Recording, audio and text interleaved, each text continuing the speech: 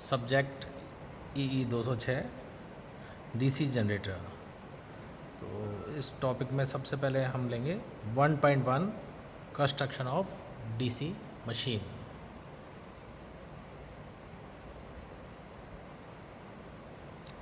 DC machine में निम्न भाग होते हैं, उसमें स्टेटर है और एक पोर्शन है रोटर। तो स्टेटर तो स्थिर रहता है और रोटर रोटेशनरी पार्ट है।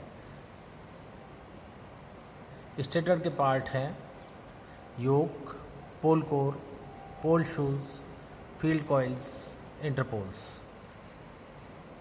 रोटर या रोटेशनरी पार्ट्स हैं shaft, armature core, armature winding, commutator and brushes.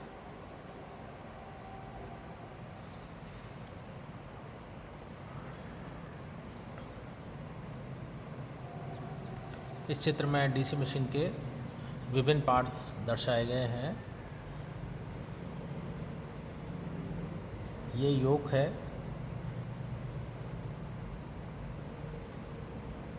योक पर बोल्ट द्वारा पोल्स अटैच किए गए हैं। यहाँ पर ये पोल्स दिखाए गए हैं, 1 2 3 4 पोल डीसी मशीन है। पोल्स पर फील्ड वाइंडिंग बांधी गई है। ये इंटरपोल है क्योंकि दो अल्टरनेट पोल्स के मध्य लगा रखे हैं। ये रोटेशनरी पार्ट है रोटर। रोटर में स्लॉट्स कटे हुए हैं, स्लॉट्स में आर्मेचर कंडक्टर, ये आर्मेचर कंडक्टर डाले हुए हैं।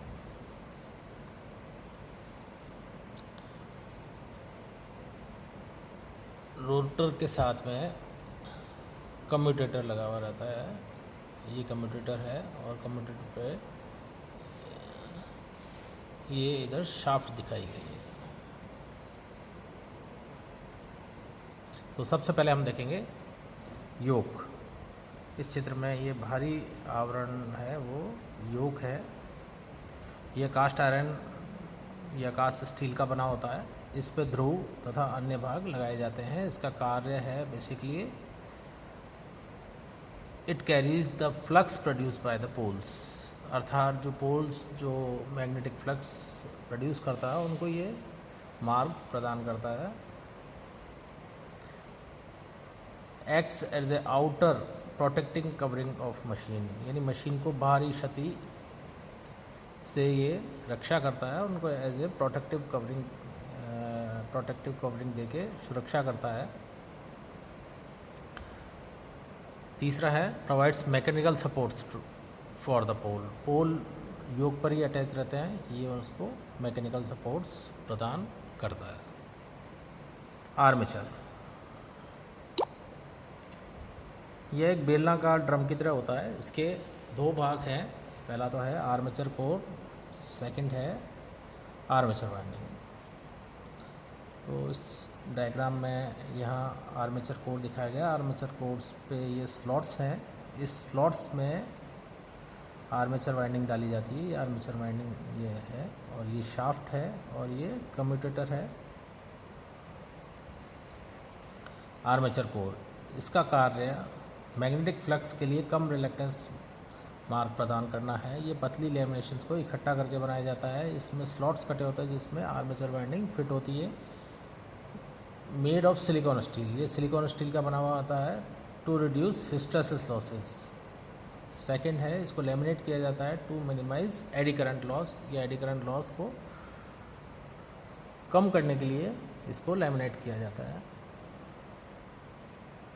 सेकंड है आर्मेचर वाइंडिंग। आर्मेचर कोर के स्लॉट्स में तांबे के इंसुलेटेड तारों से वाइंडिंग की जाती है जिसमें विद्युत वाहक बल उत्पन्न होता है। ये दो प्रकार से की जाती है। आर्मेचर वाइंडिंग दो प्रकार से है। पहला तो है लैप वाइंडिंग, इसमें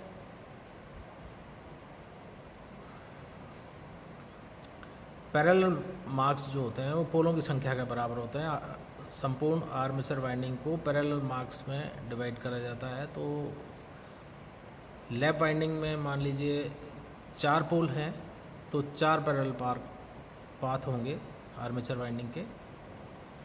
यह कम वोल्टेज और अधिक धारा वाली मशीनों में उपयोग में ली जाती है।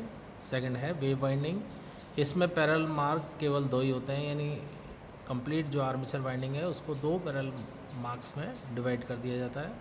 प्रत्येक मार्ग में आर्मेचर की आधी धारा प्रवाहित होती है। ये अधिक वोल्टेज और कम धारा वाली मशीनों में प्रयोग की जाती है। तीसरा है ध्रुव, ये चुंबकीय फ्लक्स उत्पन्न करने के लिए प्रयोग किए जाते हैं।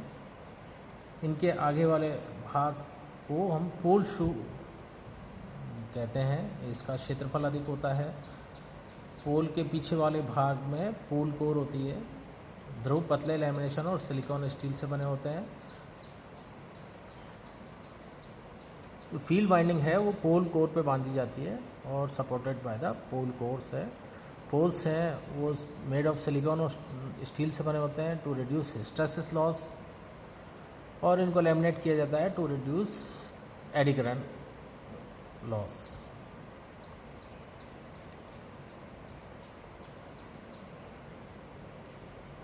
पोल के आगे वाले भाग को हम पोल शू कहते हैं। पोल शू का मुख्य कार्य है spread out flux in the air gap, यानी एयर गैप में जो चुंबकीय फ्लक्स है उसका फैलाव करना। तो इसके कंप्लीट ध्रुव के कार्य हो गए। पहला तो है फ्लक्स को एयर गैप में फैलाने का है, फील्ड कॉइल को आधार प्रदान करना है, थर्ड मैग्नेटिक रिलेक्टेंस का मान कम करना, फोर्थ है फील्ड वाइंडिंग। पोल के ऊपर फील्ड वाइंडिंग लगाई जाती है जो कि कॉपर के तारों से बनी हुई होती है। अब जब हम फील्ड वाइंडिंग में डीसी सप्लाई देंगे तो ये ध्रुवों को विद्युत चुंबकित करके चुंबकीय फ्लक्स उत्पन्न करती है और सभी कॉइल्स को श्रेणी क्रम में इस तरह से जोड़ा जाता है कि अल्टरनेट एन और एस बने। पांचवा है commutator. Ends of the armature coil, यानी आर्मेचर कॉइल के जो एंड्स हैं terminate at the commutator segments. जितने भी आर्मेचर कॉइल के एंड्स हैं वो कम्यूटेटर सेगमेंट्स पे एंड होते हैं। Commutator segment made of copper insulated by the mica. इसमें सेगमेंट्स हैं उनके बीच में माइका का इंसुलेशन होता है। यह आर्मेचर में उत्पन्न एसी विद्युत वाहक बल को डीसी विद्युत वाहक बल में बदलने का कार्य करता है। ये हार्ड ड्रॉन कॉपर का बना हुआ होता है। इंटरपोल्स, ये दो मेन पोल्स के मध्य योग पर फिट होते हैं। इनकी जो वाइंडिंग है वो कॉपर की बनी हुई होती है और connected in series with the field winding.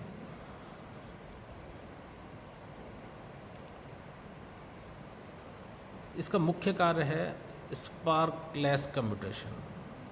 Flux produce by the interpole poles provides sparkless commutation. Seventh, brush. तो ब्रश जो है कम्यूटेटर की करंट को एकत्रित करता है। यह कार्बन या ग्रेफाइट का बना होता है। इसकी जो डिजायरेबल प्रॉपर्टीज़ होती है, इसको गुड इलेक्ट्रिकल कंडक्टिविटी का होना चाहिए तथा इसका जो कोफिशिएंट ऑफ फ्रिक्शन वो कम होना चाहिए। इसका मुख्य कार्य है जनरेटर के केस में विद्युत धारा को ब्राहा परिपथ में भेजना और मोटर के केस में कम्यूटेटर सेगमेंट में धारा को फीड करना।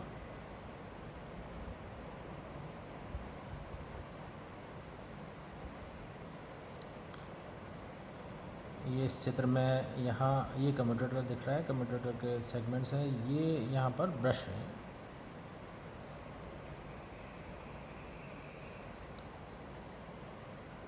सेवंथ है shaft. It provides mechanical strength to the armature and commutator.